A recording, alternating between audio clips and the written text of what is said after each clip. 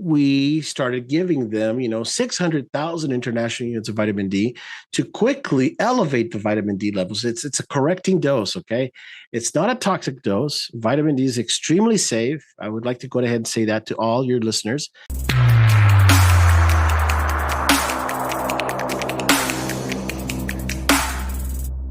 Welcome back to Inspired Conversations, ladies and gentlemen. It's probably an overdue episode. It's well overdue.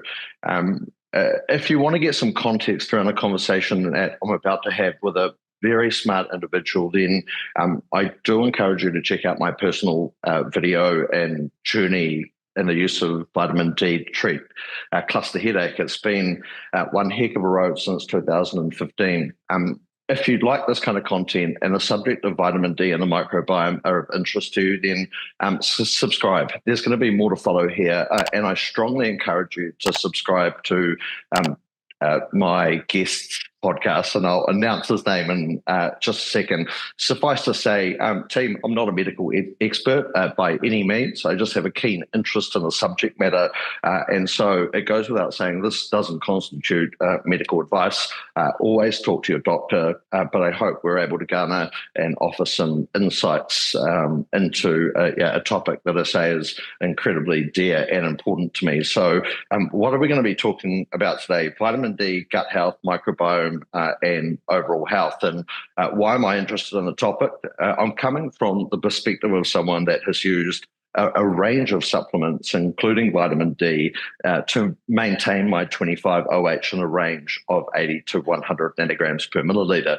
And at that level, my cluster headache seems to stay away. It's been that way since 2015, by and large coming up 10 years pain-free from cluster headache, and trying to understand how this could possibly be.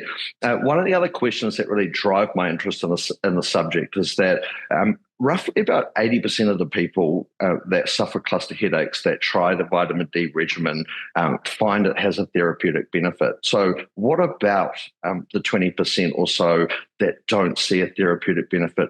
What's possibly going on there? And I believe my guest today might be able to offer a new angle and some insights into that topic. So my interest in it led me to a protocol called Coimbra protocol, and found folks using even higher doses of vitamin D to treat autoimmune conditions like multiple sclerosis. I found doctors that had published books on the subject. Dr. Somerville, a keen fan of his vitamin D advocacy group. And then I stumbled across a presentation. It was called VDR Renewal Through Anti-Inflammatory Diet. And I thought, hold on. This is something I want to check out. And I'm very, very glad that I did. It's a crying shame that this presentation has been viewed less than 1,000 times, because it is, as far as I'm concerned, on the bleeding edge of where this topic converges: vitamin D, microbiome, gut health. And so very few of the podcasts I've watched over the past 2 weeks, and I've watched a few, and they are heated. People talking about nutrition, these topics become incredibly heated with back and forth, veganism, carnivorism, but none of them are talking about vitamin D in relation to this topic. And so I'm excited to kind of add to the human hive mind and kind of the conglomerate of podcasts that are happening and converging on this topic to offer maybe a slightly different narrative and a different view into it. As with all my podcasts, I'll say it again, I'm not a medical expert. I've got no narrative to spin you. I just want to engage in a conversation, an inspired conversation. And as always, if I can help just one cluster headache sufferer, then as far as I'm concerned, team, I've absolutely done my job. That's me out of the way.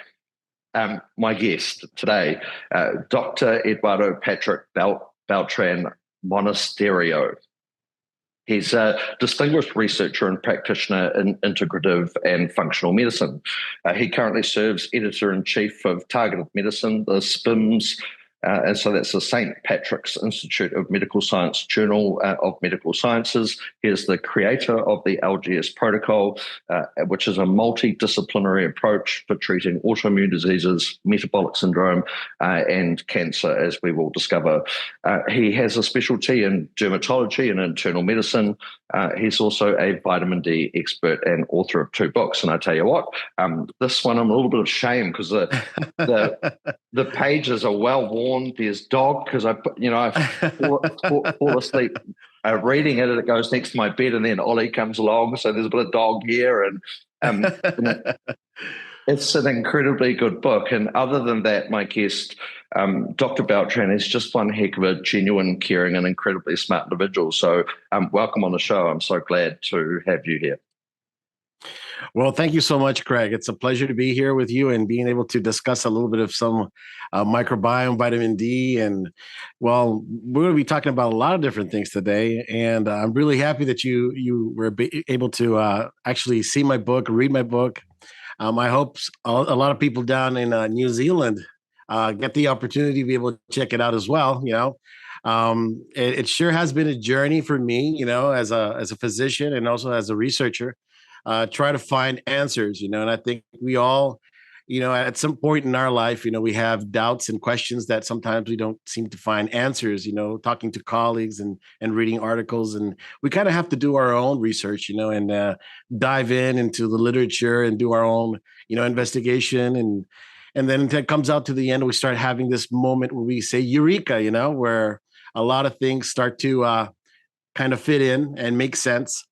And I guess you could say that my journey started when my son was diagnosed with autism a couple of years ago. And I saw all these doctors, all these pediatricians and neurologists and psychiatrists, and they were all, recommending, medications and certain therapies and therapists, and nobody was talking about the microbiome. No one was actually looking into vitamin D.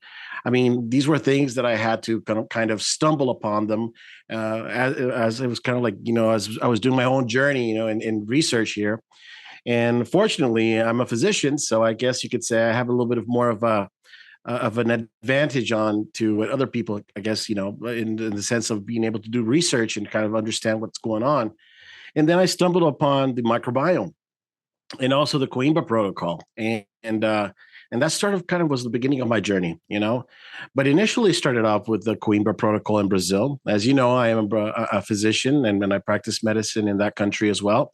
And I guess what I could say is that it was a moment of a lot of revelation that was happening to me, and I saw a lot of patients who had what we call single nucleotide polymorphisms in relationship to their vitamin D genes. And then I started doing the research and getting into the literature, and I found that I was mind blown that practically 80%, close to 80% of all patients that have an autoimmune disease, they have a certain degree of genetic polymorphisms when it comes to their vitamin D genes. So then eventually I ended up, learning a little bit more about the microbiome. And the more I started to study how it actually functioned and how it was basically like the second brain, and there was like an intimate relationship with the brain and also with other organs as well, and it literally dictates on how our general health plays out. So that's how everything started off. And then I kind of like specialized in this field. I did a lot of research in regards to microbiome and how the microbiome affects the expression of vitamin D receptors, like you probably saw on my video that I have on my YouTube channel, where I put out a concept known as vitamin D receptor renewal through anti-inflammatory diet, and we were able to reproduce this, through immunofluorescence studies, with a colleague of mine, Dr. Fabiano Santos Guimarães from Brazil, where we literally were able to show that even though if you're a patient that's on high dose vitamin D therapy, right, doing the Coimbra protocol, and you are also on kind of an anti-inflammatory diet, I guess you could say, without gluten, dairy, right, but you don't seem to show that. Let me say it this way: one of these patients just did not have the improvement that we were expecting, right? So eventually we said, well, you know what? Let's see what's going on in her microbiome. And then we were able to identify the presence of a fungus, known as Candida.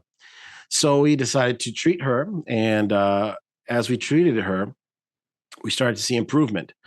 But let me go ahead and back up a little bit over here, because this is where the interesting part is. So we suspected that the microbiome had something to do with the vitamin D receptors that were being expressed on those immune cells.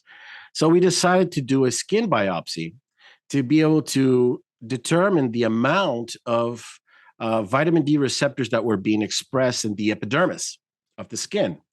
And we found that there was a very low expression of vitamin D receptors prior to starting herbals. In this case, we used oregano oil and curcumin as well.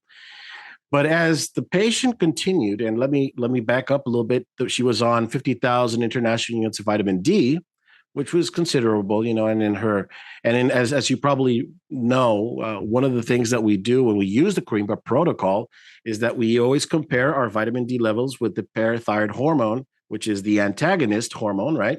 And one of the main goals is to be able to inhibit the PTH hormone and elevate our vitamin D levels as much as we can. And when we see that there's an inhibition of the PTH levels, well, that's when we can say, okay, we've beaten the vitamin D resistance, right? So we eventually did a prior biopsy, an initial biopsy, and we saw that there was, through immunofluorescence, there was very little expression of vitamin D receptors. So we started, treating her with these antibiotics, antimicrobial herbs such as oregano oil, curcumin, also known as turmeric in some countries, right? And we started noticing a improvement, and we know for a fact that oregano oil is a very potent, antibiotic, and it kills a lot of things, not only bacteria, but also can kill funguses, and it's pretty darn good for killing candida. So she got much better after about almost 3 months. And then we repeated a second biopsy, and through immunofluorescence, we were able to see that the skin, it was just like, like the sky full of stars, so many vitamin D receptors were being expressed. And that just made so much sense, because when we correlated, her microbiome tests, and one of the markers that we could see there was calprotectin and also zonulin, which are, for the persons who are listening, these are intestinal health markers that we use to be able to determine the degree of leaky gut syndrome. We could see that there was an improvement in these intestinal health markers. So things started to make sense, and we say, whoa, wait a second. So actually treating the microbiome, modulating the microbiome through diet and herbals actually helps in reducing the excess amount of inflammation that you have in the gut. And this has a potential impact on how our immune cells, and let's not forget, 85% of our immune system, almost around 85% of our immune system, is located in the gut. So there's an intricate relationship between the microbiome with the immune system. And when we have too much leaky gut, these toxins that are coming in through the intestinal barrier, they interact with our immune cells and they downregulate these vitamin D receptors. So it's very, very important to be able to reduce the intestinal permeability as much as we can to allow our immune cells to be able to once again express our vitamin D receptors, and then hence allow the vitamin D metabolite to be able to bind to that receptor. So this is something that we were able to prove that contributes to also what we know as vitamin D resistance that's being generated by our gut dysbiosis. Man, just in that explanation, there's a heck of a lot to kind of unpack, particularly for the person kind of moving into the space with not necessarily a grasp on some of those concepts. I wonder if it would be an appropriate time to share a slide with our audience, and it's perhaps the slide is a really good place to kind of start to say, sure. So. Or maybe if we just back up one step to say, well, the gastrointestinal tract, starting from the mouth and ending at the anus, really our conversation is centered around the large intestine, the colon, the gut.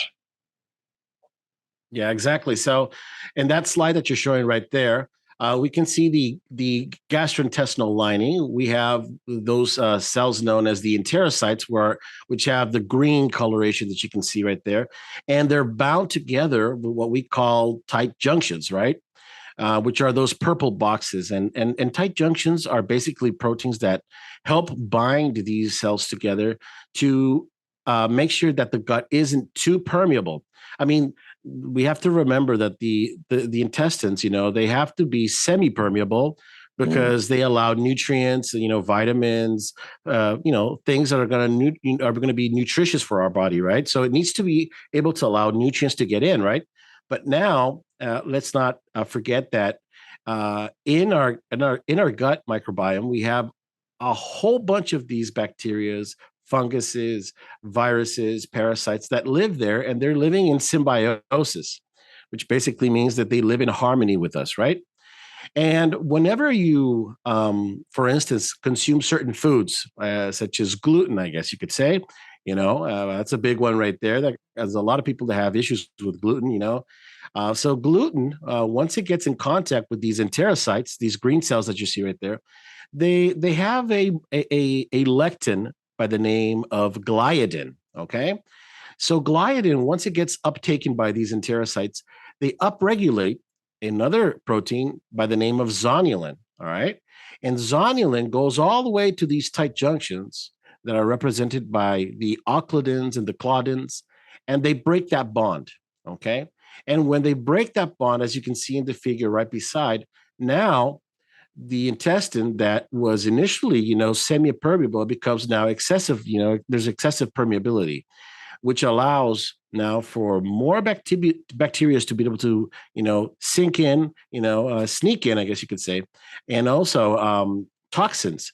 Let us not forget that bacteria have on their surface what we call lipopolysaccharides. These are the famous endotoxins, and these guys do a lot of damage. If we have a lot of exposure to them. As a matter of fact, it's one of the things that can even cause a fever.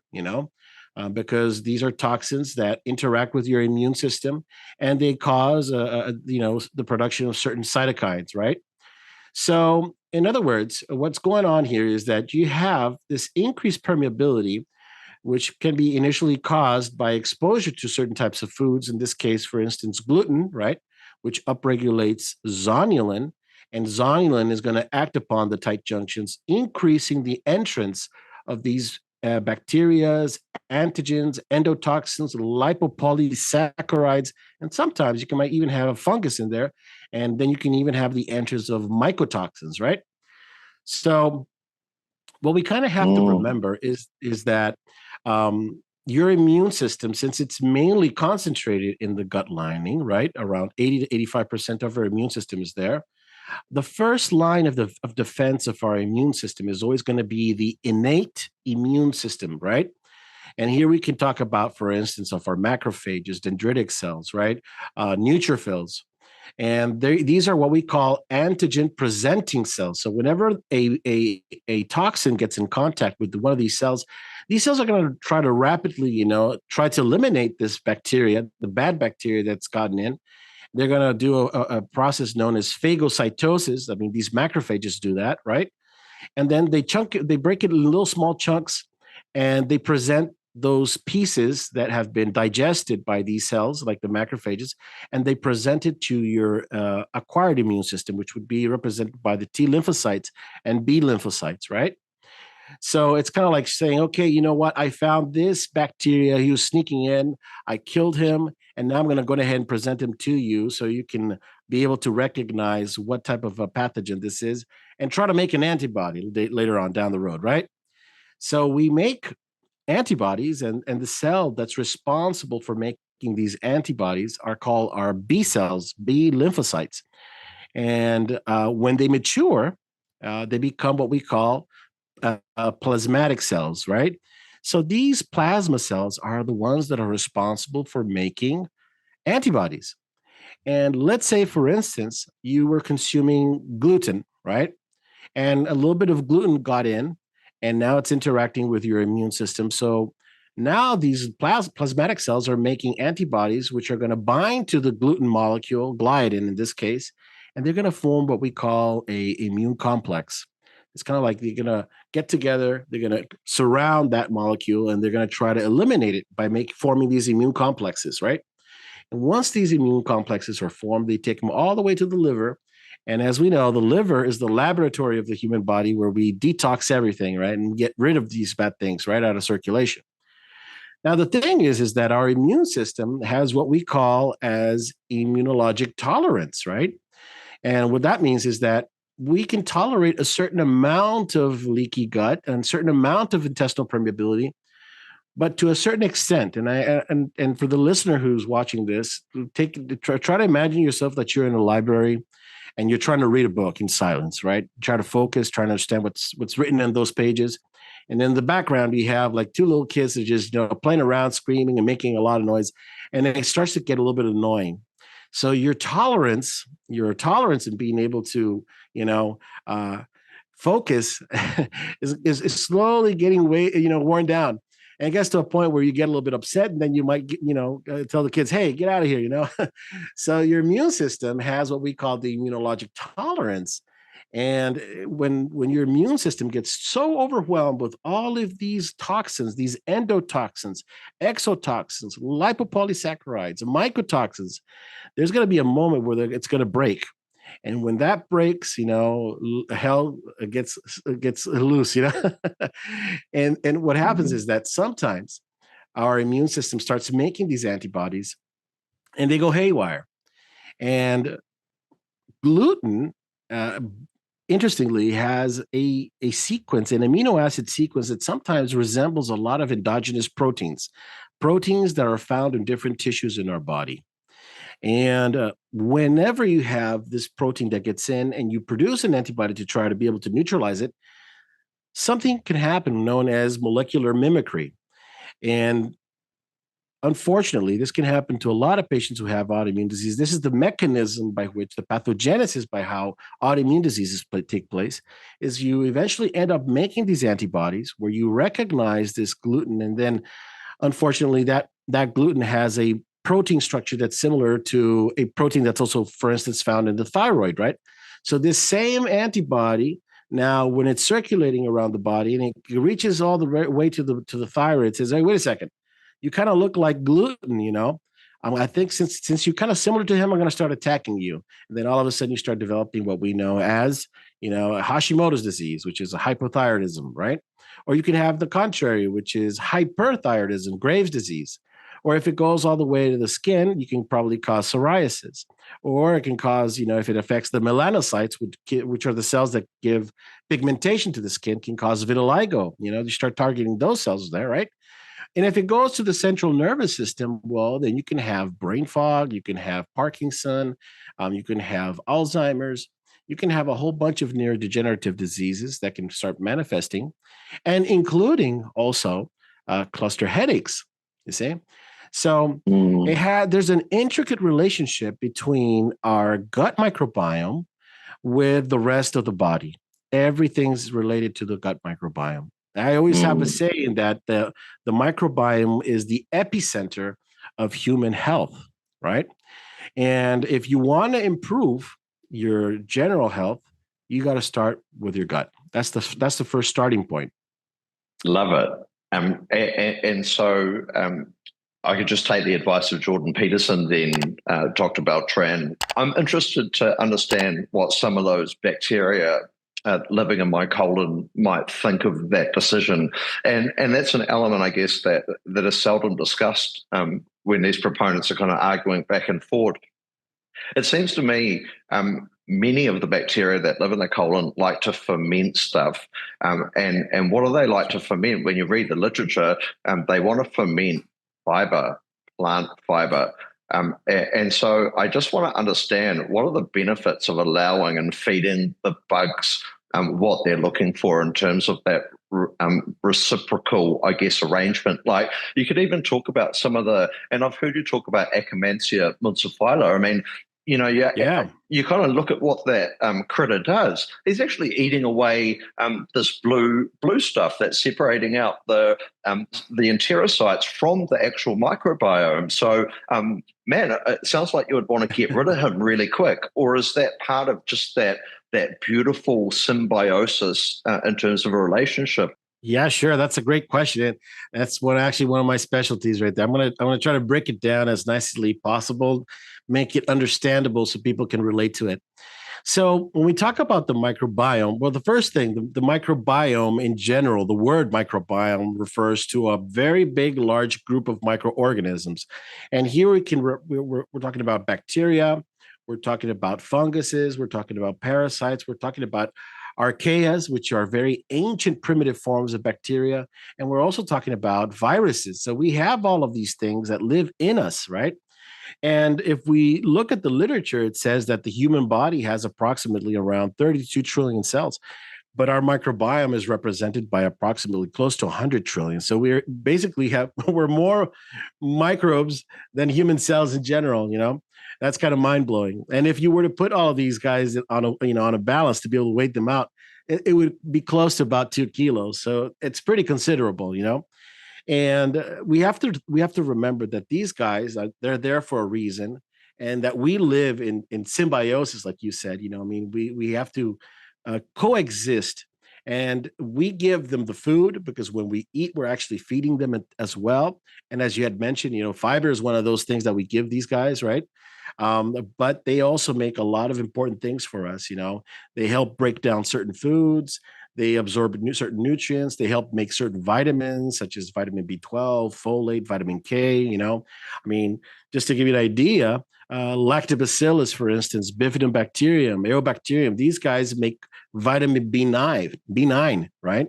There's another bacteria, for instance, that makes propionbacterium, for instance, and lactobacillus can make vitamin B12, which is known as cobalamin.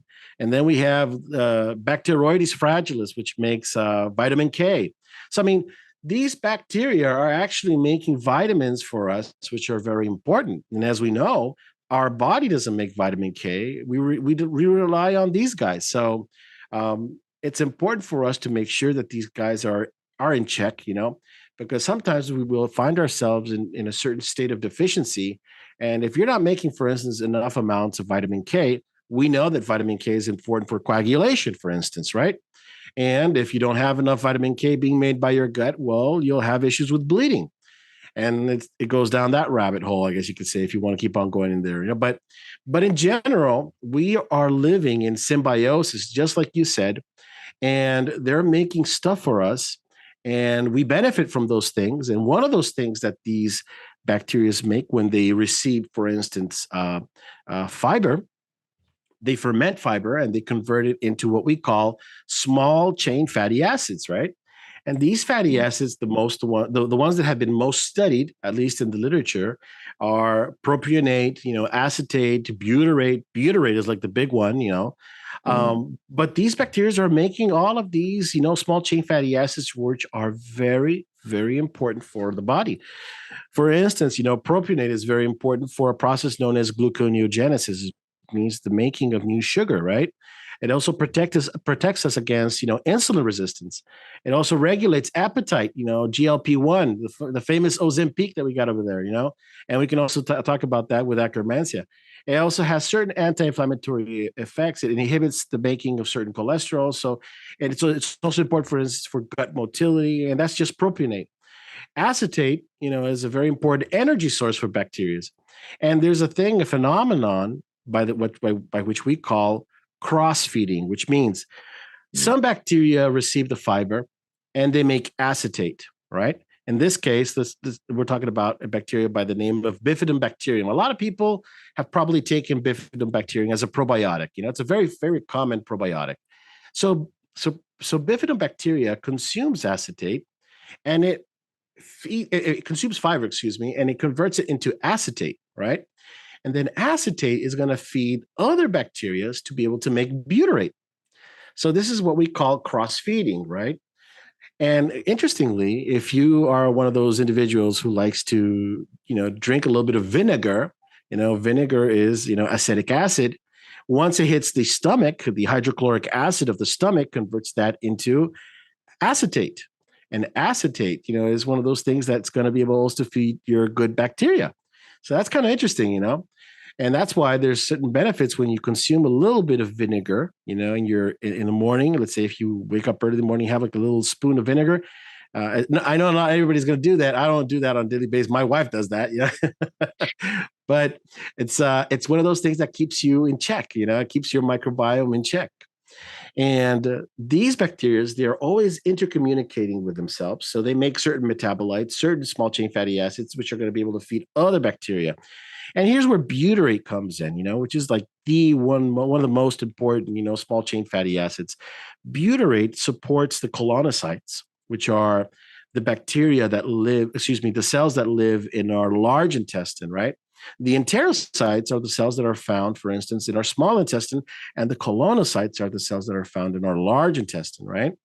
And so whenever there's a cell that might be a little bit, damaged, what butyrate goes over, it tells the cell, hey, die. We want you to die, and we want a new cell to come out, to be able to replace the dead one, right?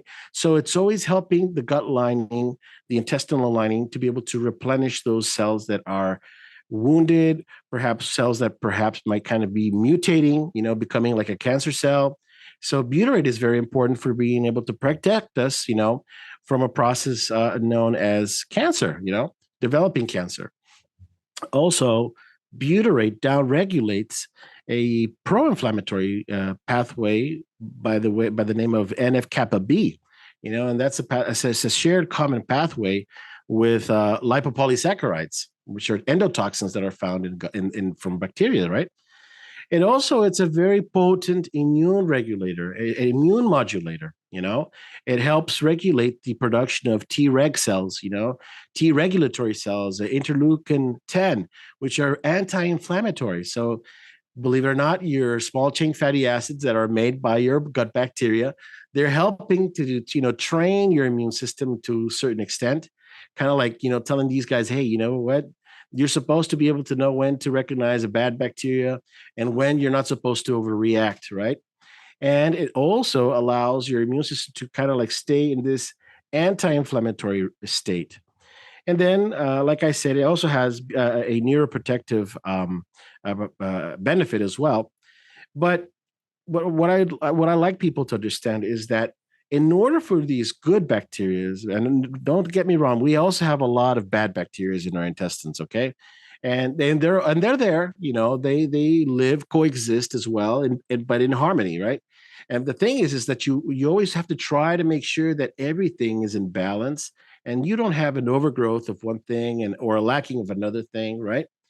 And when that unfortunately, the type of diet that we have, I mean, we consume a lot of sugars, refined carbohydrates. I could go on talking about, the Western diet. I mean, there's nothing good to talk about it actually, but unless if you're going to talk a little bit about, in the Mediterranean diet, where you actually start seeing that it's one of the best diets that you have out there, right?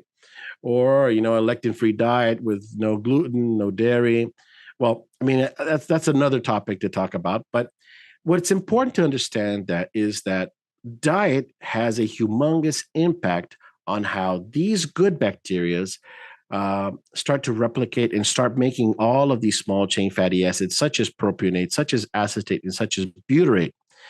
And whenever we take an antibiotic, for instance, right? And let's say we went to the doctor, we had like strep throat, or we have acne. There's a lot of teenagers that go to the doctor because they have acne on their face. And one of the things that a dermatologist will do is prescribe an antibiotic, such as, minocycline or tetracycline. And we know that you have to take this for a long, extended period of time to be able to control the acne, right? But the problem is that you can be taking these antibiotics, and they can actually improve the acne that you have in your skin, but they're killing off the good bacteria. And when you take out these good guys, now all of a sudden the bad bacteria start to overgrow, right? And believe me, all teenagers, at least if I know, they eat everything. They love to consume carbohydrates. They're going to McDonald's. They're going to Wendy's. I mean, they're going to be eating pizza and all these things, and Coke and Coca-Cola, Sprite, whatever. So they're putting massive loads of sugar into their diet. And what these bacteria love is sugar. I mean, they thrive on sugar, right? And they can be in the form of sugar. They can be in the form of carbohydrates, processed carbohydrates, and they start growing. So all of a sudden now, the antibiotic that was used to be able to treat the acne killed off the good bacteria and now allows for the bad bacteria to start overgrowing. And then you can actually develop what we call dysbiosis, which basically means the imbalance of our gut microbiome, where there's a higher prevalence or overgrowth of bad bacteria over good bacteria. And this ends up causing a lot of localized inflammation in the gut.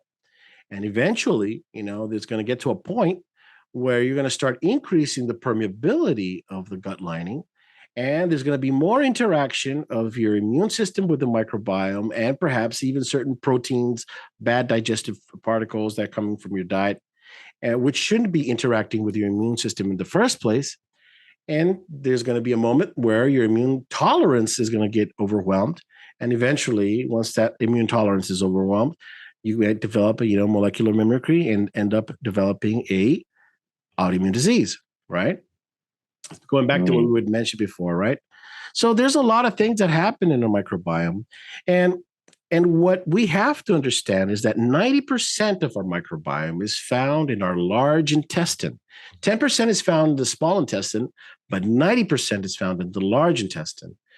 And if we look at the large intestine where that 90% is found, 90% of that 90% is represented by two bacterial phyla. So when we look at bacteria, they're classified according to their phyla. Then eventually there's the kingdom, the phyla, until we reach to the species, right? So there's a classification of families. And the biggest main phyla that we have here is one of them that you just mentioned, which is Firmicutes, and the other one, which is Bacteroidetes. So these guys represent 90% of the 100%, okay, of the microbiome. But then we have other groups as well that are very important, and these guys also have, a very important role, in our microbiome. And here we can mention, for instance, the actinobacteria, where we can mention bifidobacteria. We can also mention proteobacteria, where we have all the bad guys. That's like going, try to imagine that you have the microbiome and you have different neighborhoods. You have the very nice elite, the good guys, very, very nice places to go visit. But then you have, the neighborhoods where nobody wants to go around because of high violence. The bad guys are there, So those are the protobacteria, we don't want to be messing around with them very much, But it sounds to me like you'll always have those bad neighborhoods in a city, for example. Oh, of course. The same with the microbiome. So am I right in understanding then, like a microbiome or a gut that's in, and I think the term is eubiosis. So there's balance to it as a gut where, and you could talk a little bit more about the mucosal guardian or that mucin, because there's a relationship there between short chain fatty acids and mucin, and there sure is. Kind of, I mean, it looks to me like you need to swim through the mucin before you can have a wrestle match with the colonocyte to be able to get through anyway. So that's right. So we have exactly, yes, Craig, you're 100% correct. We have this mucus layer known as the mucin layer that separates our microbiome from interacting directly with our immune cells, right? And this mucin layer is made thanks to the production of these small chain fatty acids and, of course, certain vitamins and minerals. And one of the vitamins, obviously, is vitamin D. Vitamin D promotes also the production of mucin. And you kind of have to think about it this way. This is how I always explain it to my patients: is that I want you to let me go ahead and show you. For instance, I'm showing here this is the charger that I have for my iPhone, right? and I can actually touch it, and it's connected to the wall. I'm not getting electrocuted or anything. It's because it's got a protection outside of it. It has a specific barrier that isolates me for not being electrocuted, right? So the mucous membrane that we have out there in our gut lining, known as the mucin layer, separates and protects us, for not having that direct interaction between the microbiome with your immune system. And what feeds off, these cells that make the mucin layer, they're called the goblet cells. These cells are also found in our gut. And these goblet cells, they make mucin, right? And it's thanks to the presence of these small chain fatty acids, right? Now, when you start losing these good bacteria, then what happens is that if you don't make enough small chain fatty acids, right? And if you have certain vitamin deficiencies and certain minerals deficiencies, such as zinc, vitamin D, you name it, then you start losing this mucous membrane, this mucin layer, and it starts to thin out. And what we really want we really want to have a nice thick mucin layer, because the thicker it is, the less interaction you're going to be having between your microbiome with the immune system. But what happens is that our diet changes. We might be exposed to antibiotics. We might be exposed to many different things that might affect our microbiome diversity. So we start producing less small chain fatty acids. And then we start getting this thinning out of this mucin layer, right? And then when there's very little mucin, and here's where we're going to talk about Akkermansia, because Akkermansia has a very important role in the recycling of the mucin layer. Okay, this is a bacteria that's there to be able to recycle and clean up that mucin. Okay, you kind of have to imagine like this is the guy that's always cleaning up the mess. All right, by eating up the mucin, right? So if you have, this mucus that's there, and it's not being replenished and it's not being, recycled, you start building up a lot of garbage on it, right? And then these things, they start to build up, and it gets like the environment doesn't get very healthy at all. So Akkermansia has the main role of being able to eat up and recycle that mucus, right? Making new mucus as well, because it also promotes the production of certain small chain fatty acids to be able to replenish that mucus layer. So it has these two functions, right? One is it participates in the cleaning, and the other is in the remaking, right? Now, it's interesting to say something here, because as we age, one of the things that I generally see when I do a lot of microbiome testing is that a lot of individuals don't have Akkermansia in their gut. Okay. And that might be to many different factors, but that tells me that your mucin layer is compromised. Okay. Or you might actually have an overgrowth of Akkermansia. And that has also been described in medical literature. And that's a sign of inflammation. Why? Because the gut also tries to make mucin on its own whenever there's inflammation. I kind of imagine this. Whenever you get a cold, right? Let's say you got a viral infection, a respiratory tract infection. Why is it that we make mucus? Why is it that we start making all this mucus? Why is it that we start, all we have, our noses get all full of snot and stuff, it's because we're making all this mucus to be able to eliminate, the infection, right? So whenever you make too much mucus, right, then you're overfeeding Akkermansia, and Akkermansia starts to build up. So that's another reason why Akkermansia can overgrow in the microbiome. So that's kind of interesting, right?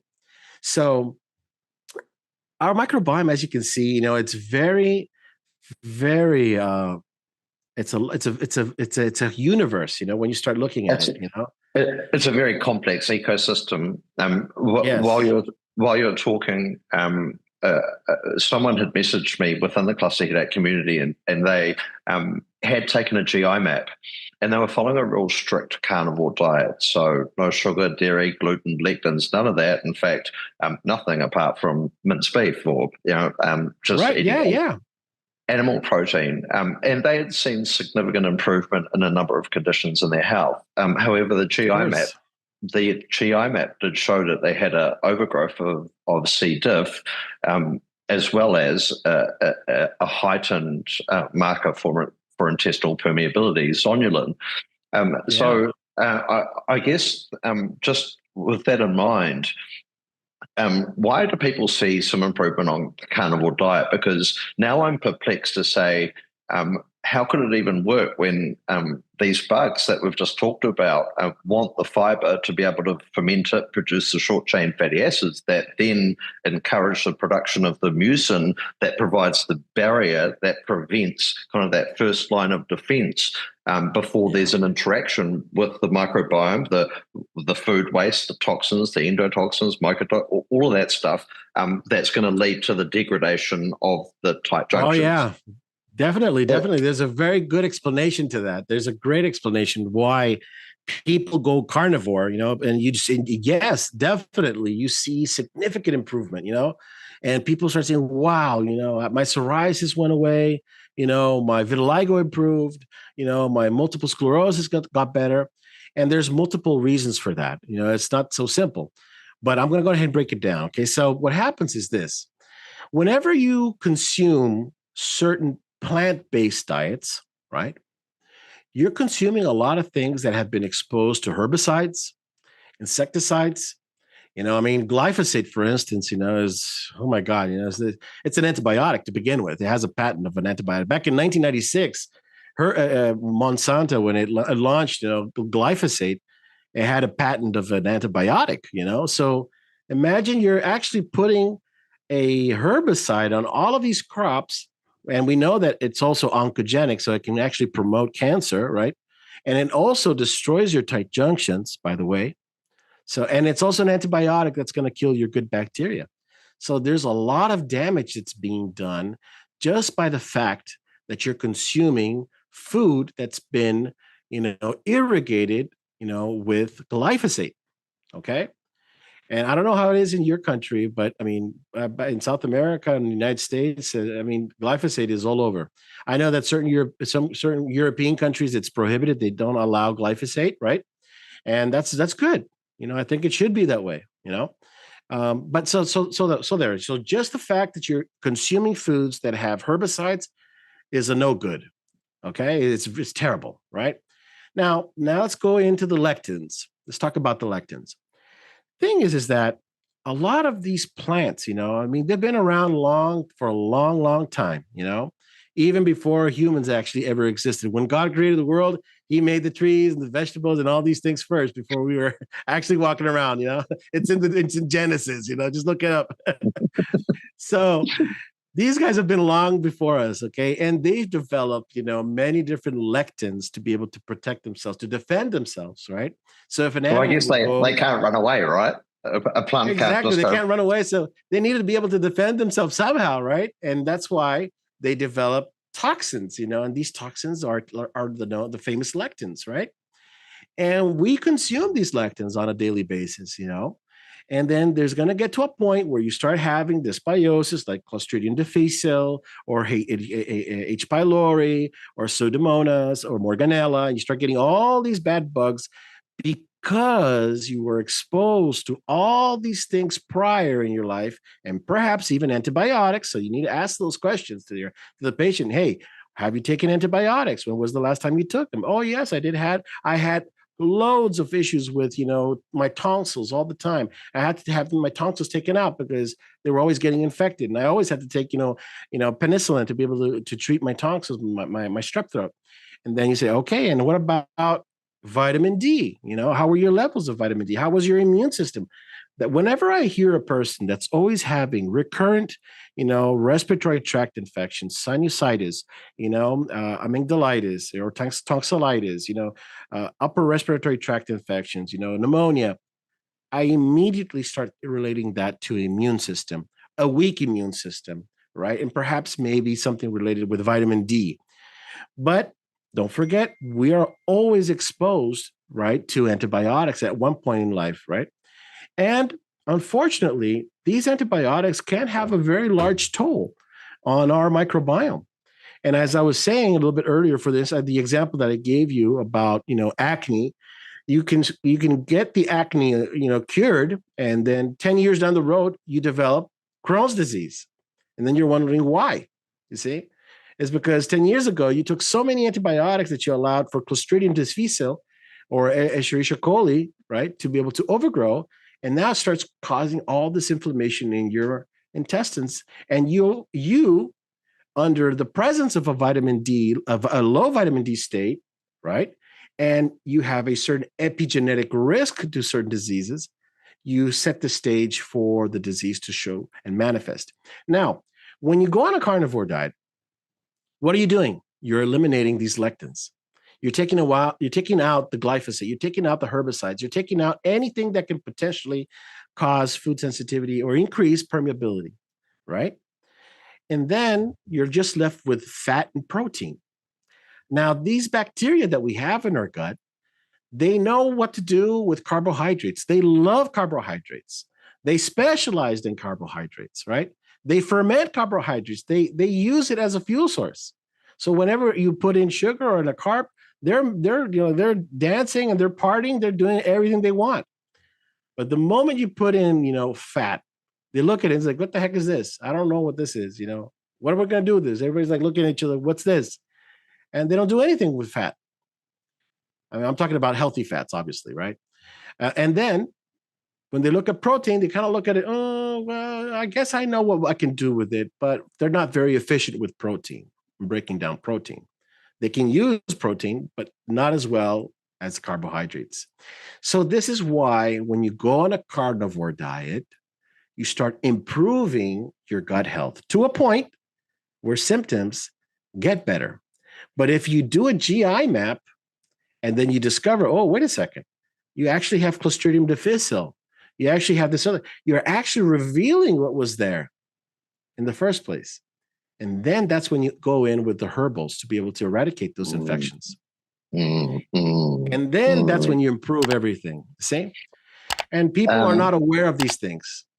Yes. It kind of segues us into, I guess, our the next segment to say, it seems to me, it was 2,000 years ago or so that Hippocrates had said it all begins in the gut, but now we're kind of coming full circle with the slide, with the kind of the slide in front of us to say, okay, dysbiosis results in an mucin layer that's degraded.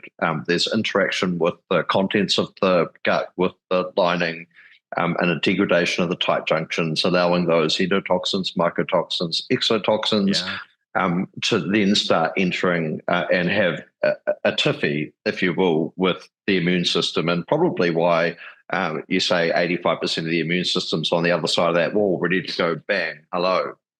That's right. So talk to me about how the brain gets involved in all of this in terms of, I've heard terms like the gut-brain immune axis. Oh, yeah. Well, the brain, and the gut, they have this huge connections. I mean, oh my goodness, if you were to look at how the immune system participates directly with, your gut microbiome participates directly with the central nervous system and the enteric nervous system. It's incredible because the human brain has approximately 86 billion neurons, right? That's how many neurons we have. And the gut has approximately, the enteric nervous system has approximately 50 million neurons. So it's a very high concentration of neurons there. And we also have the vagus nerve. So we have two lines of interconnection between the gut and the brain, okay? And 90% of all those afferent pathways go from the gut to the brain. So there's 95% of all those connections are coming from the gut to the brain, and 10% are coming from the brain to the gut. So that's kind of impressive, So this means the gut is telling our brain a lot, and the brain says, okay, I'll send in, an impulse to be able to produce more hydrochloric acid. I'll send an impulse to increase motility. They're constantly interacting, right? And we kind of forget that the gastrointestinal tract is extremely innervated, and the vagus nerve is so here's the thing we have to kind of understand, back up a little bit, because when we look at the nervous system, right, we have what we call the central nervous system and we also have the peripheral nervous system, right? The central nervous system is represented by the cranial nerves. Okay. These are nerves that are coming out of the brain and they're going to the eyeball, to the lung, to the stomach, to different parts of our body, right? Okay. But then we have the peripheral nervous system, okay, which are coming out from the spinal cord. And these are going to our muscles.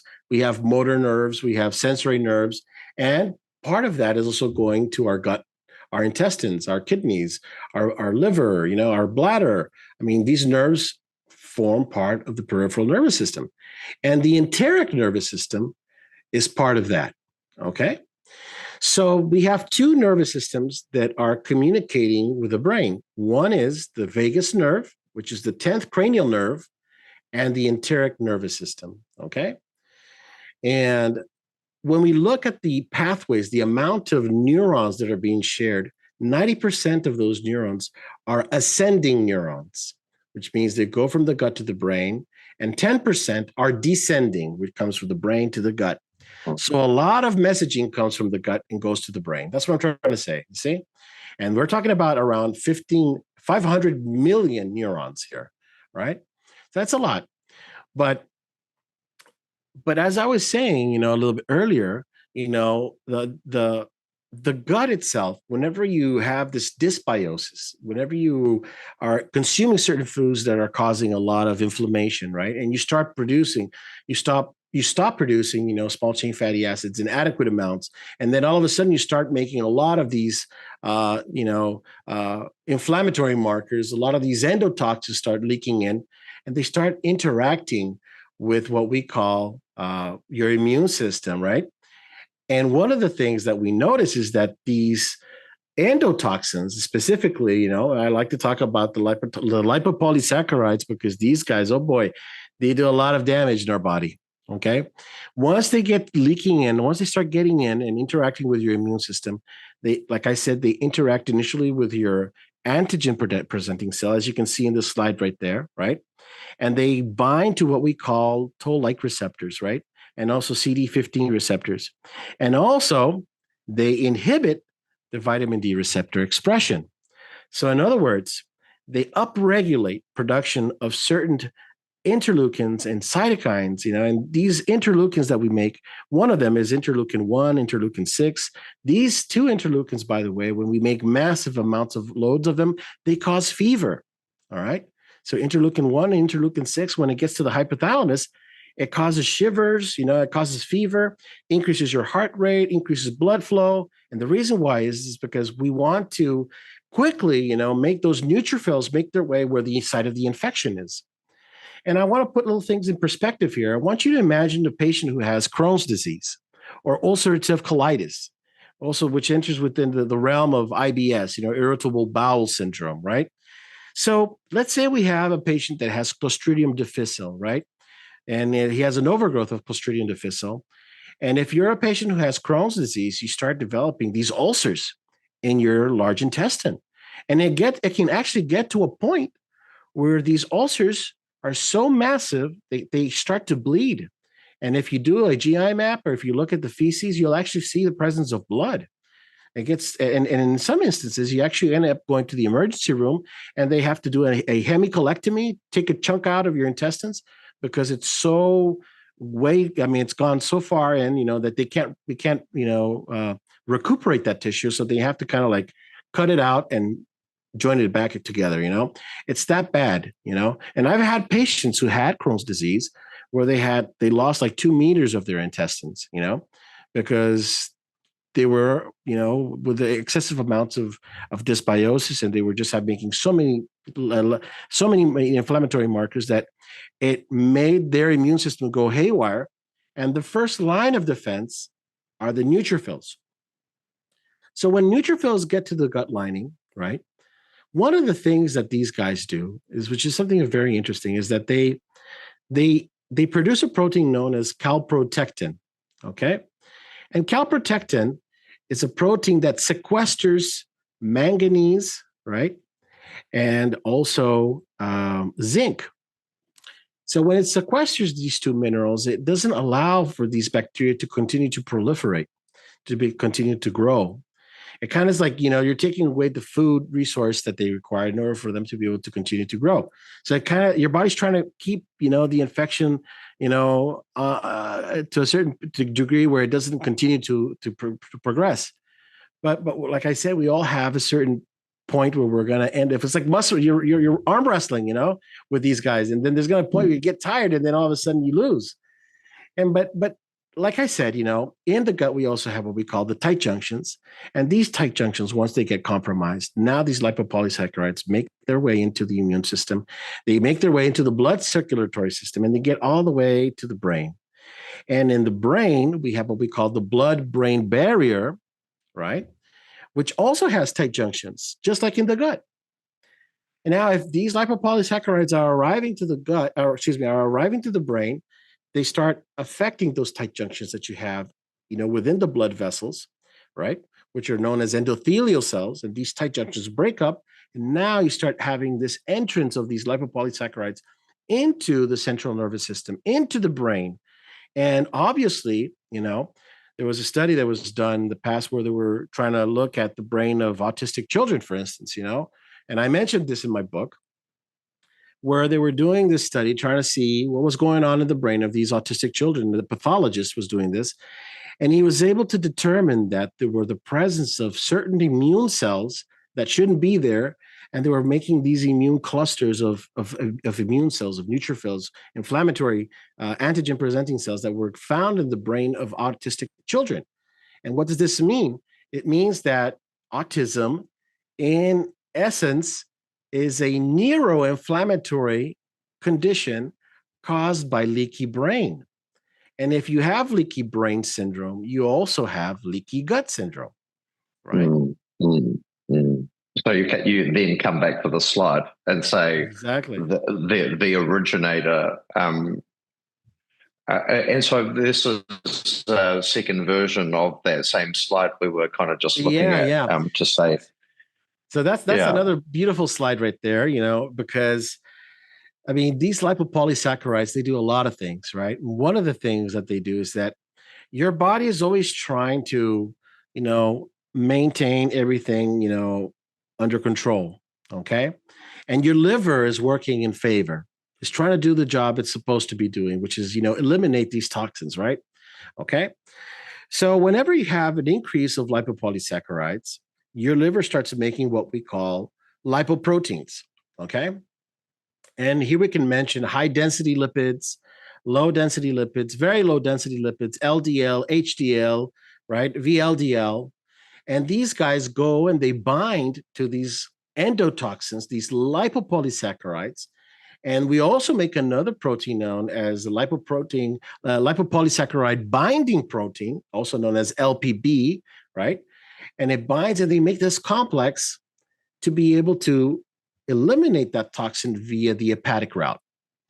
So let's say if we have leaky gut and these toxins are making their way in, your liver is going to say, oh, wait a second, we have a lot of toxins. We need to do a lot of cleansing here. We need to be able to clean out these endotoxemia. We need to reduce the excess amount of lipopolysaccharides. So it starts making more of these lipoproteins, HDL, LDL, VLDL. But it gets to a point, for instance, this is something that I used to see in my patients that I saw in the intensive care unit, because before I got into dermatology, I was an internist. I also have a subspecialty in intensive care unit treatment of patients, and I saw a lot of septic patients. And one of the things that I would always see is that their lipid profile would always be very altered. And that got me going, well, why is it that these lipids are getting elevated? Why do these patients have an altered lipid profile? And the reason why is because your liver is, trying to save you by trying to eliminate the excess amount of lipopolysaccharides that are circulating in the body. And don't forget, these lipopolysaccharides, they cause vasodilation. They cause, a decrease in the blood pressure. This is one of the characteristics of the patient that's in the intensive care unit.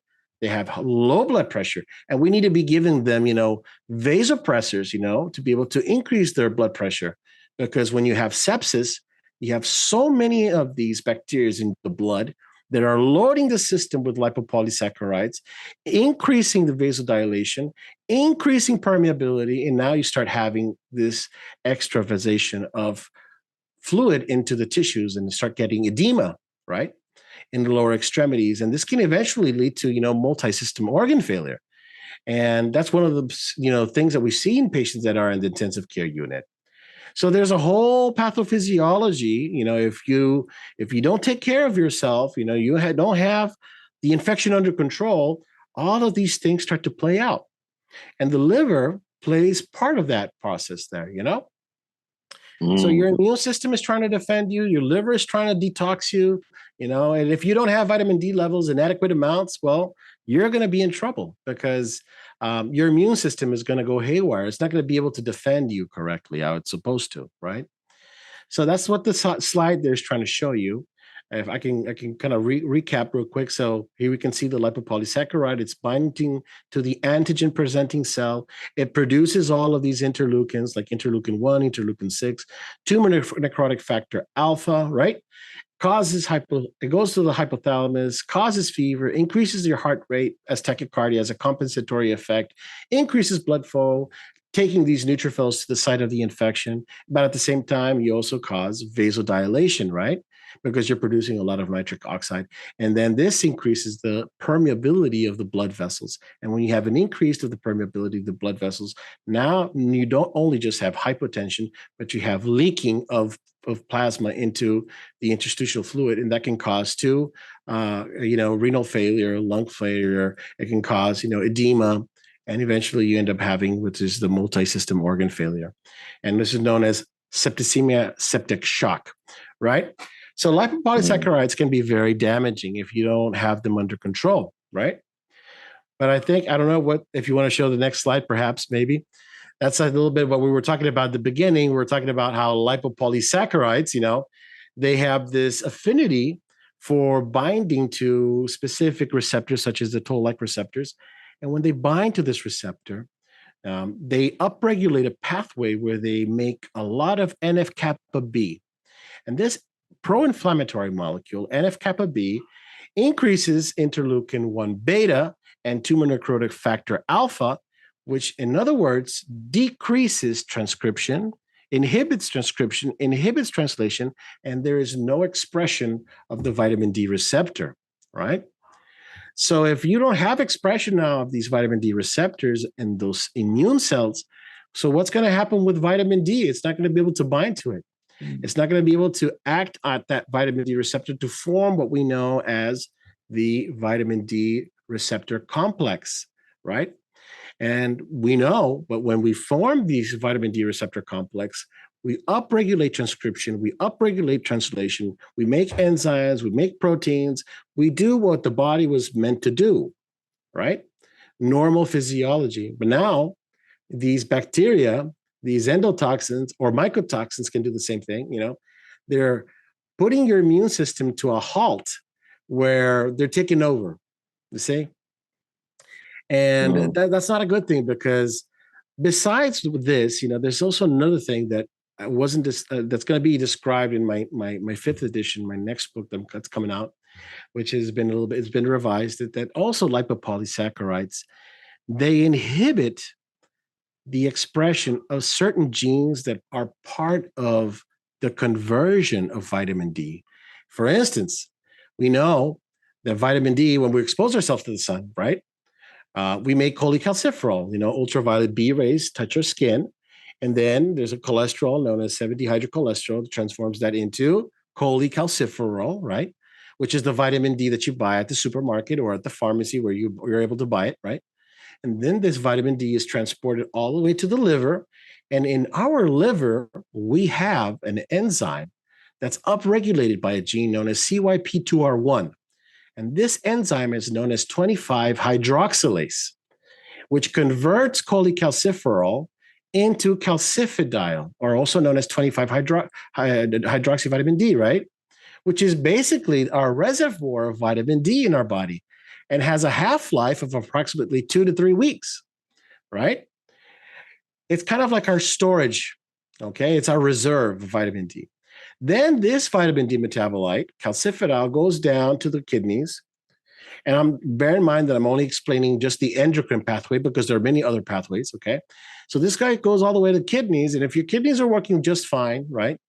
They have an enzyme over there known as 125 hydroxylase, which converts calcifidiol into the actual hormone known as calcitriol.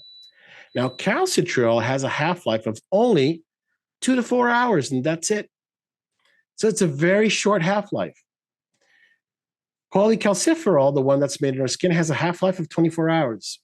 Calcifidol has a half-life of 3 weeks, 2 to 3 weeks. And calcitriol has a half-life of 2 to 4 hours, depending on the literature that you're looking at. So in order for us to be able to make vitamin D, we need to be exposing ourselves on a daily basis to the sun or taking vitamin D on a daily basis. Why? It's because if we don't do that, and I know people that take like high load doses of vitamin D once a month, that's not pretty good. Actually, there have been studies that link that with, osteoporosis, This is why you need to be taking it constantly, and you need certain cofactors to keep it nice and at good levels.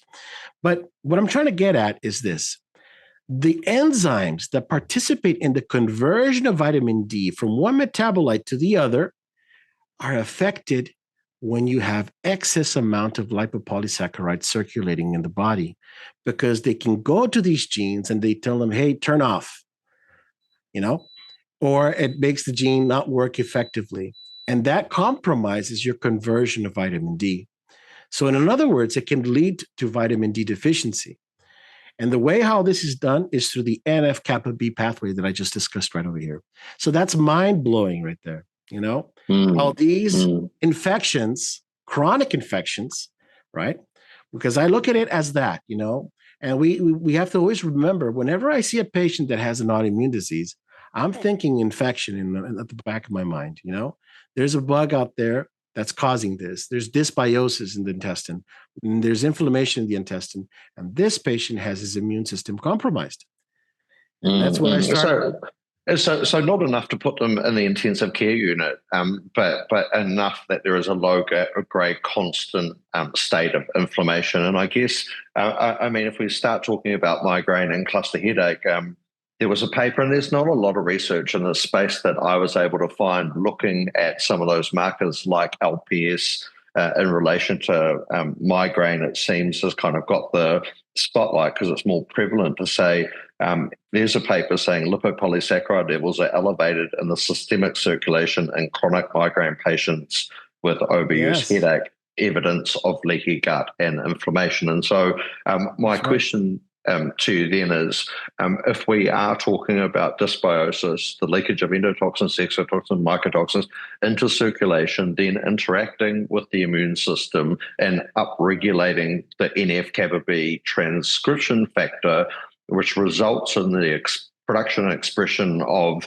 pro-inflammatory cytokines that are not limited to the gut but travel in systemic circulation, may be setting the stage then for hypothalamic dysfunction. Because if you look at imaging studies with cluster headache patients, the hypothalamus is all lit up, and something that's correct.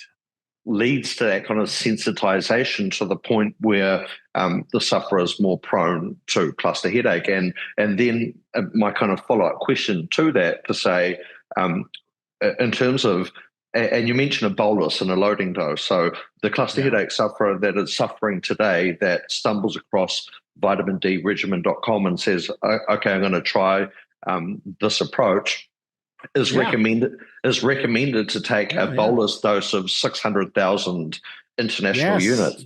That's a lot of vitamin D at one time, and then to drop down to 10,000 international units to maintain serum in that kind of 80 to 100 nanogram per milliliter range. And so what are we kind of, my suspicion, particularly on the back of my experience of, I said I have been pain-free by and large 10 years, but it wasn't until 2022 where I came into cluster headache cycle and bang, I've got attacks. And I tell you, Dr. Beltran, I called Pete Batchelor, the retired near on 80-year-old fighter pilot that came up with the vitamin D regimen for cluster. And I said, Pete, Pete, my vitamin D level was 99.3 nanograms per milliliter, and I've just had a cluster headache attack. They're back. What do I do?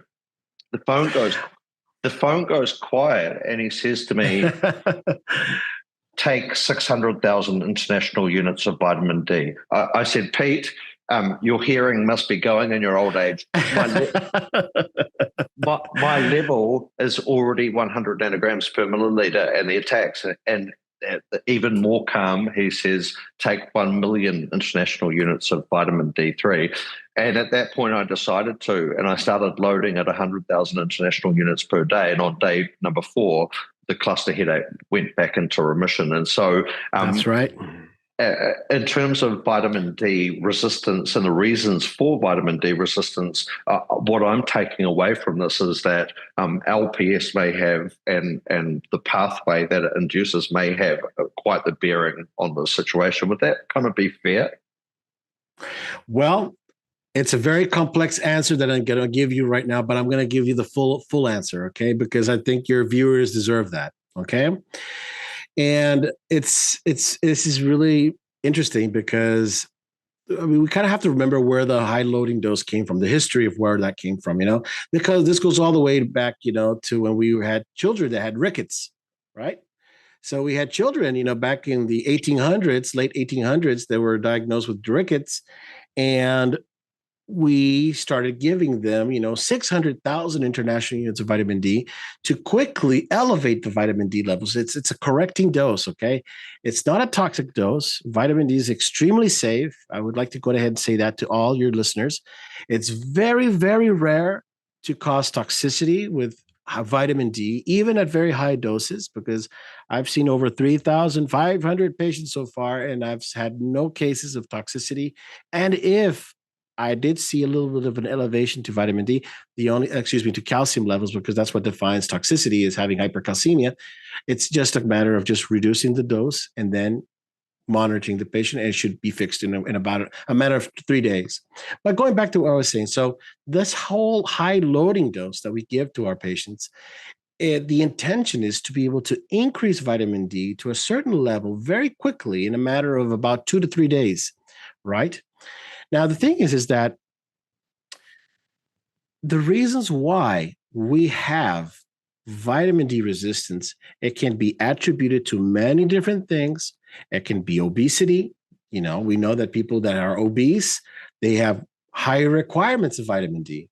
It might be caused by medications. If you're taking an immune, for instance, a corticosteroid, right? Like prednisone, right?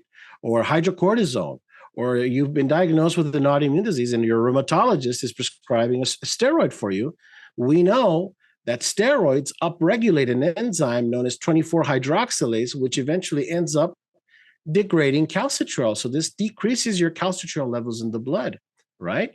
Then we have medications, people who have epilepsy. If they're taking carbamazepine inhibits CYP2R1. So in other words, you're not going to be converting vitamin D, and it's going to cause vitamin D deficiency. I mean, I could go on with drugs that alter and inhibit and cause decrease in vitamin D deficiency. But then we have another component with this genetic component, right? Which are the famous single nucleotide polymorphisms, right? And these single nucleotide polymorphisms are very common in individuals who have autoimmunity. Okay. I would say close to 80% of these individuals have, vitamin D genes that might have some single nucleotide polymorphisms. Some might have more, some might have less. Okay. And when I refer to the vitamin D genes, I'm referring to a group of genes. Okay. And genes that transport vitamin D, genes that convert one metabolite to the other, right? Genes that are regarding to the vitamin D receptor exclusively, you see? So we can have genetic polymorphisms that affect the transportation, right? The conversion, or the actual receptor itself, okay?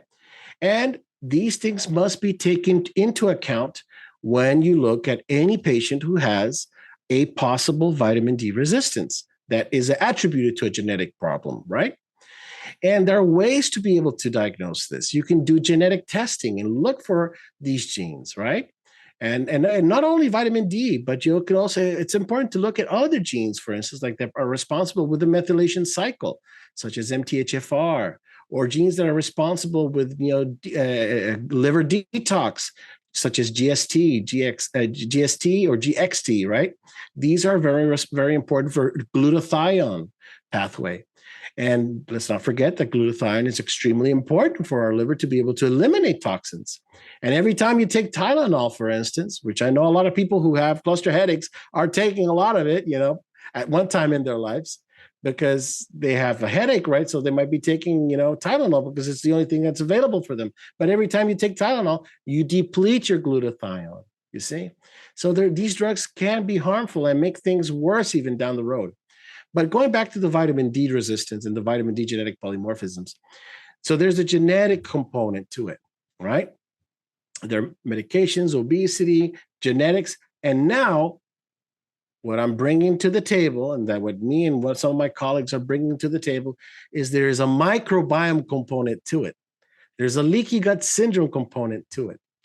And this leaky gut syndrome, if it's not in check, it's going to contribute to the downregulation of the vitamin D receptors, and inclusively, to a certain extent, not very much, but to a certain extent, it can actually compromise the conversion of one metabolite to the other. You see? So when we talk about, cluster headaches or any type of disease, right? And yes, vitamin D, one of the reasons why vitamin D is so important, this is what I wanted to hit on. When you increase your vitamin D and increase the amounts of high amounts, it does a lot of good for you at the level of your immune system. It acts on your macrophages, your antigen presenting cells, and these cells make what we call beta defensins and catalysidins. And these guys they're going to go kill all these bad bacteria that are in your gut. So now you're actually equipping your immune system with the correct amount of vitamin D that they really need to be able to fight off the infection.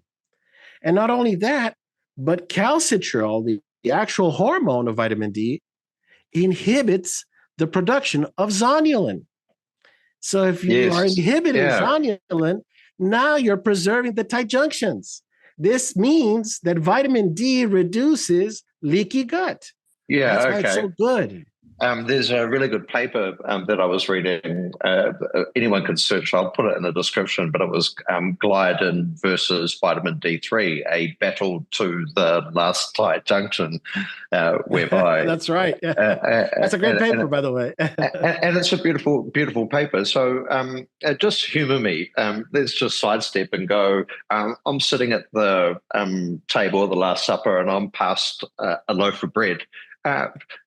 We've been eating bread. We've been eating bread and gluten for a long, long time. How can it really be bad for us? Exactly. Well, it's because if you go to Europe, right, and you buy a loaf of bread over there in Italy, right, and you put a little bit of garlic and a little bit of butter, it's delicious, And I don't see people complaining that they're having issues with that type, unless you have celiac disease, obviously, right? Or you're gluten sensitive. But there are people that are eating bread and they have gluten, but the type of wheat that they have in those countries is an ancestral form of wheat. It's not the type of wheat that you have in the United States or in Latin America or in perhaps some other countries as well, where it's been genetically modified. And it has been so much modified where you have 400 times more presence of gliadin and gluten in the molecule of gluten. So this means that you're getting a massive load of gliadin into your gut because it's been genetically modified. And then when you eat bread, let's say in the United States, then you say, oh, wait a second, this is not good, But if you eat bread, like let's say in some European country, and don't forget this is very important, they don't have herbicides, they don't have glyphosate in Italy. It's banned, right? So you're actually eating a healthier food over there, okay? And so that kind of explains why some people react less to wheat from Europe and they react more to wheat that's coming from, let's say, the United States or any other country like South America, like Brazil, for instance, So that's one of the biggest issues right there. But then again, we have to step back and remember this. It's not just the gluten that's causing it. You might have certain dysbiosis that's promoting it. And if you have vitamin D deficiency as well, guess what? Your tight junctions might be just compromised. And then you're going to start getting the issues. So it's all about maintaining gut balance. It's all about having adequate levels of vitamin D and vitamin B12 and vitamin B9 and all these things, right? And making sure that we have a healthy lifestyle, good sleep. That's a big problem. We nowadays everybody's stuck on their phones before they go to bed. They're like zombies. And then we just get overwhelmed, and we just watch a movie and we stay over really late at night. Sometimes we have difficulty falling asleep, or might be preoccupied with problems that we have in our work, or problems that we have in our family, or things that might be going on in our lives. And it just might be enough stress that just produces too much cortisol. And if you have too much cortisol, now what happens with your circadian rhythm? It's altered. And now that when we wake up, we start making cortisol, right? But as the day goes by and then the sun goes down, now melatonin starts to go up and cortisol starts to go down. That's the normal circadian rhythm right there. But if you're under stress 24/7, you're not going to get good night's sleep because your cortisol is always skyrocketing. You can't sleep. And if you go to sleep, it's going to be probably 3-4 hours sometimes. And then you get all this. You need to be drinking coffee to be awake at home when you're working, and you need to be on some medication to keep you, going because you're so tired. And then you get this adrenal fatigue. I mean, it starts building up. And I discussed this in my book. I mentioned these things about how important sleep is and making sure that you have all of your filters of your body, in check, right? So as you can see in that slide right over there, it says causes of vitamin D resistance. Well, obviously chronic infections. We talked about that. Obesity, medications, liver problems, kidney problems. Yeah, these are sites of conversion. And if we have, fatty liver, right, or renal insufficiency, I mean, we're not going to be able to, convert the metabolite adequately, right? And then we have the genetic component where we're talking about the single nucleotide polymorphisms. And then we can add on there the microbiome, which is also contributing to the problem. It's a big contributor. And then it's been under the radar of a lot of people. People haven't been looking at the microbiome as a contributor to vitamin D resistance. And that's been under my radar for a couple of years for me now. And this is why I wrote a paper. I wrote my book. I have articles talking about this, where I explain how these lipopolysaccharides, these endotoxins, these mycotoxins play a role in contributing to the whole vitamin D resistance thing, And it's something that's really interesting because it's been under the radar for many years, and a lot of people haven't even heard of this before, Yeah, it's super interesting. Should we freak the audience out and tell them what a biofilm is? Yeah, sure. So biofilms exist, in our body all over. We have them on our skin sometimes. They can build it. They can start growing in our teeth. And people who know biofilms very well are dentists. I mean, every time you're going to your dentist and you got to get your teeth cleaned out, and they're taking that plaque out, well, guess what? That plaque is a biofilm. You see, it's a bunch of bacteria that get together and they start making this biofilm, which is basically a extracellular matrix, right, of a substance that creates kind of like a shield that protects them from antibiotics. Okay. So interestingly, one of the things that I like to mention is that our microbiome is very diverse, right? In our gut, I'm talking about the gut microbiome. And whenever you have certain bugs that live in your mouth, like streptococcus, right? There's a bacteria in our mouth by the name of streptococcus mutans that causes cavities when we consume a lot of sugars. And we don't have the habit of brushing our teeth on a regular basis and using tooth floss. And that's how you end up developing, cavities. But these bacteria, we also have other bacteria, such as Fusobacterium nucleatum, which also is part of the oral microbiome. We have the oral microbiome, the nasal microbiome, the skin microbiome, the gut microbiome, the bladder microbiome. I mean, we have different microbiomes in different organs, you see? And this diversity changes on a constant basis. It's always changing, you know, if it's specifically if it's the gut. But what happens is, let's say you take a specific antibiotic, right? Like amoxicillin. And all of a sudden, all of these bugs, they say, oh, wait a second. This is no good. This is something that's not good for us. We're going to die out. So what they do, they start communicating with each other. And that's known by the name of quorum sensing. And they start, you know, gathering around. You can have here Clostridium, Escherichia coli, Salmonella, or any other bug, Klebsiella. They start talking to each other, and they say, "Hey, you know what? We better get together here, and we better try to team up together, try to work together to be able to create this biofilm. It's kind of like a slime, I guess you could say, right?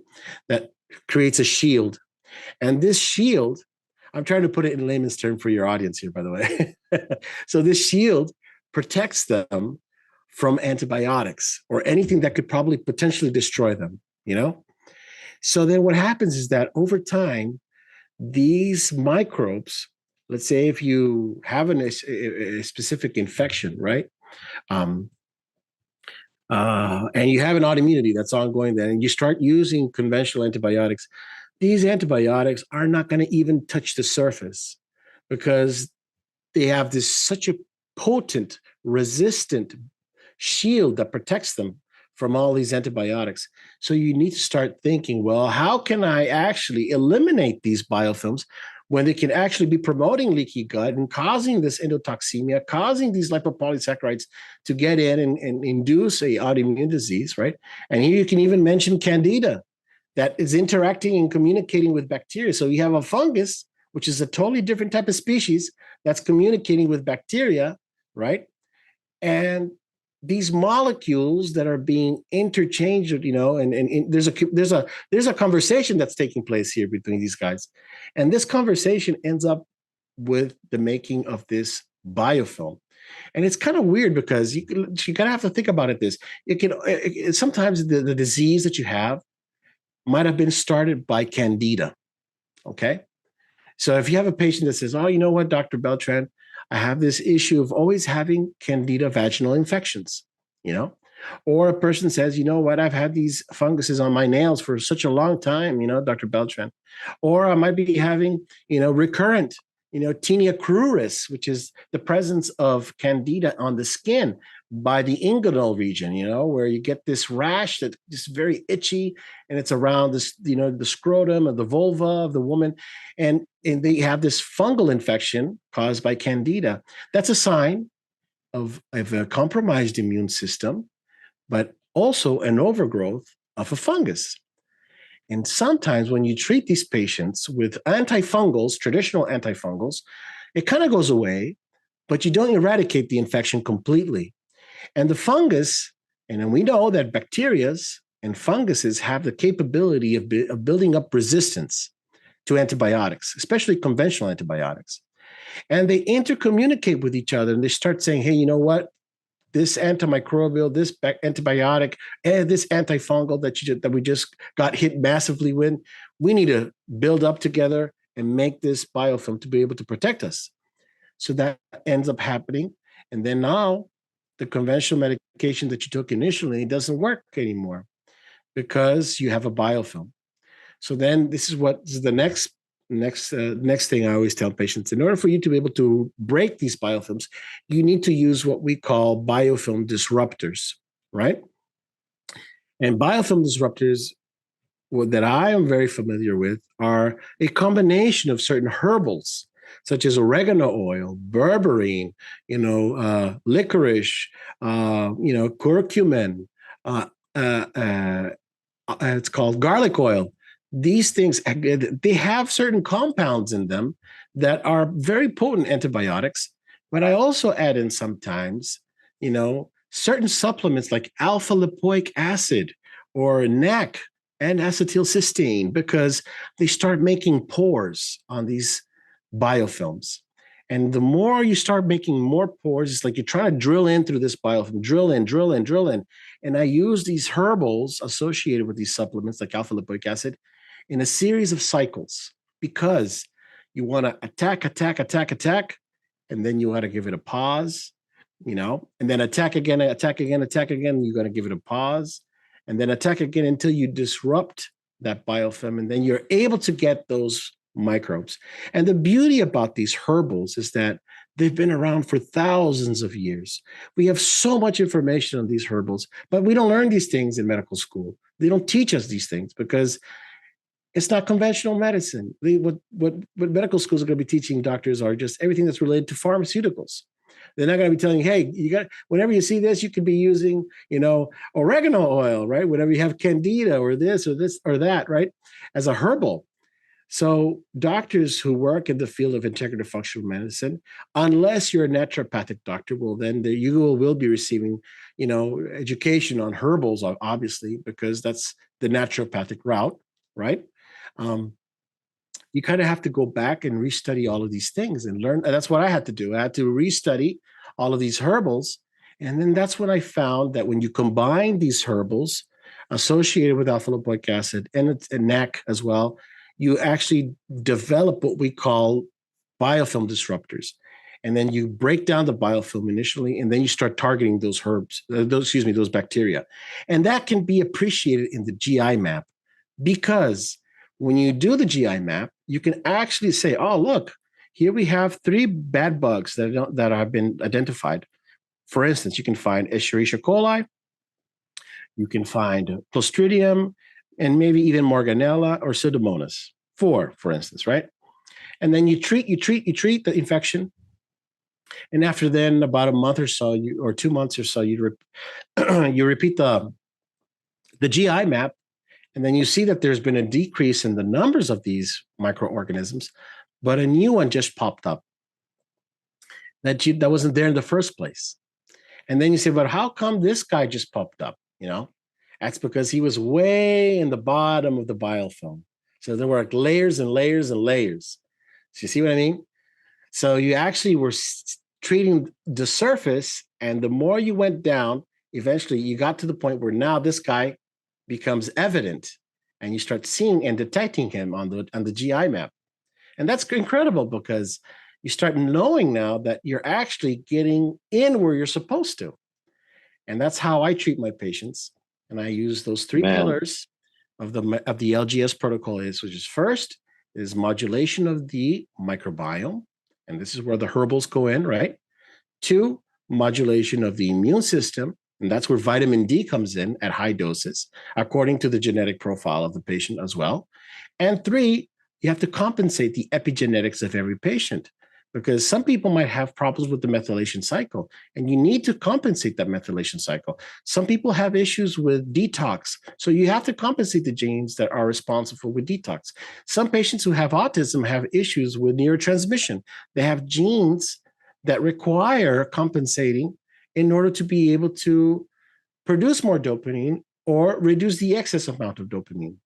And that's when we get to ADHD, autism, and all these things like that, which are described in my book, by the way.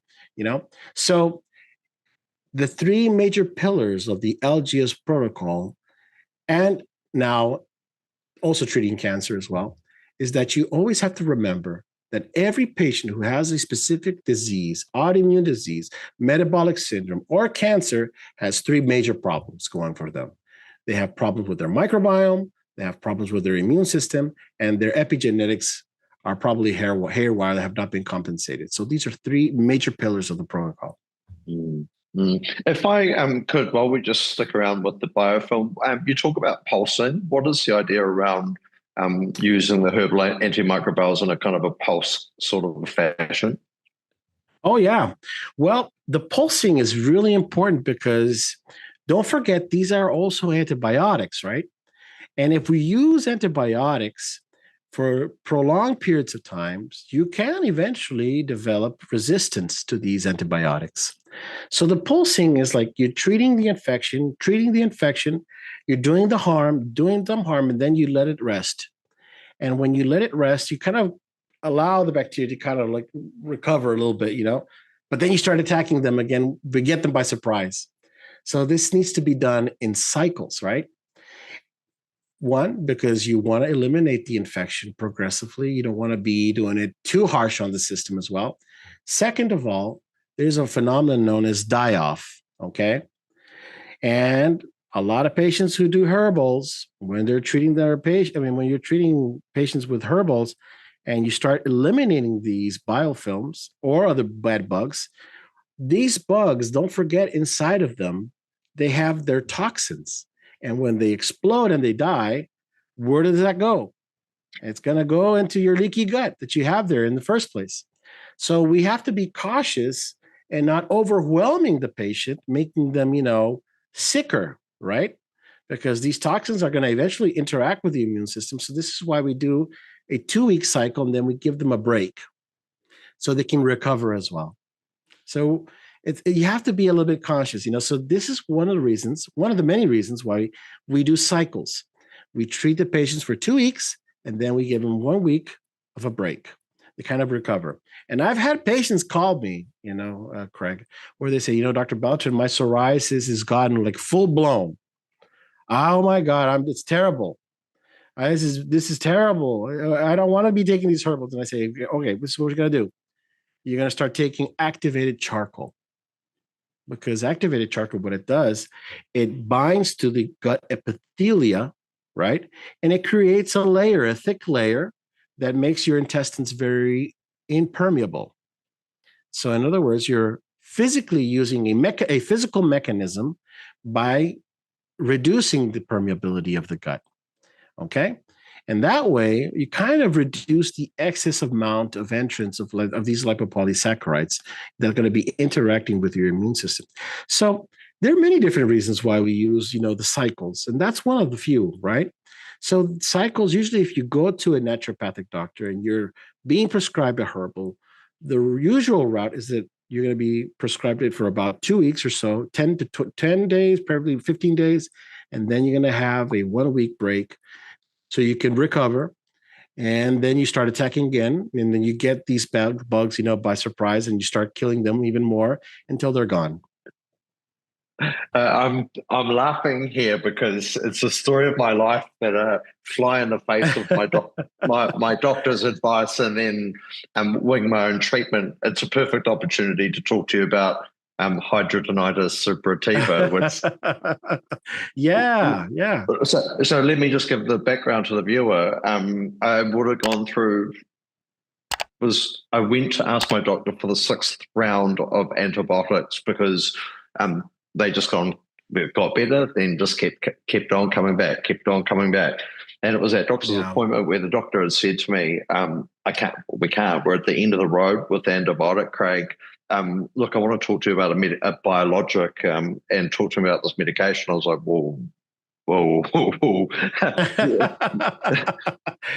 Oh my goodness. And that's when I followed much of the advice that I had garnered from the VDR renewal presentation to introduce quite a massive diet change for myself at the time, as well as I threw pretty much the kitchen sink at it in terms of herbal antimicrobials, and I did it for a month, actually, not 2 weeks. So disregarded the pulse therapy, but within 10 days,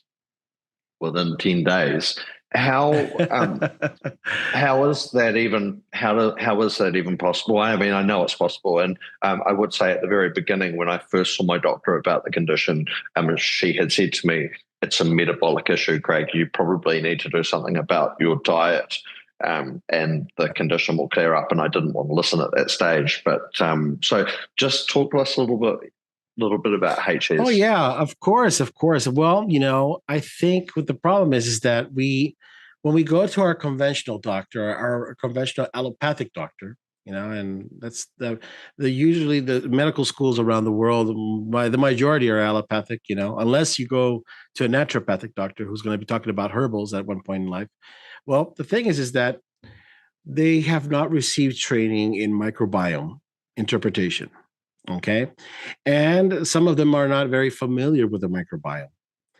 And that's not their fault. It's because the system is set up to such a way where they're just going to be prescribing medications and antibiotics, and if that doesn't work, then they're going to be considering, biologics, et cetera, right? Like you said. And I'm going to be very honest with you, Craig. At one time, I'm an allopathic doctor. Okay. At one time in my life, I also was one of those doctors as well. You see, and I did prescribe antibiotics, and I did prescribe biologics as well, and immunosuppressive drugs. You know, but then, like I said, like in the beginning of this podcast, I had things that happened to one of my family members, one of my children, and I had to start immersing myself in this whole new world, which was very eye opening for me. It was very revealing, and that's how I ended up, discovering that the microbiome is the epicenter for human health, and that our epigenetics also has a very important role in how our biochemistry plays out and how our physiology plays out. And yes, the microbiome influences in how certain conditions like, hidradenitis suppurativa, can cause, abscesses in your armpits, or psoriasis can cause flare-ups, or vitiligo can show up, or hypothyroidism. And hypothyroidism is also going to be caused even through a root canal as well, just to give you an idea, So there's so many things that we as physicians are not aware of, and that we have to go back to school and study these things on our own. All right. Okay. Or do like this integrative. Now there are many courses in integrative medicine there, but these are courses that you have to pay out of your pocket money, to be able to learn these things from a specialist, people who actually learn these things, and are teaching them. It's like everybody's doing these things nowadays, but there's that other side of medicine. I know colleagues that are very, narrow-minded, and they're very, critiques of you, and they say, that's just all, charlatanism.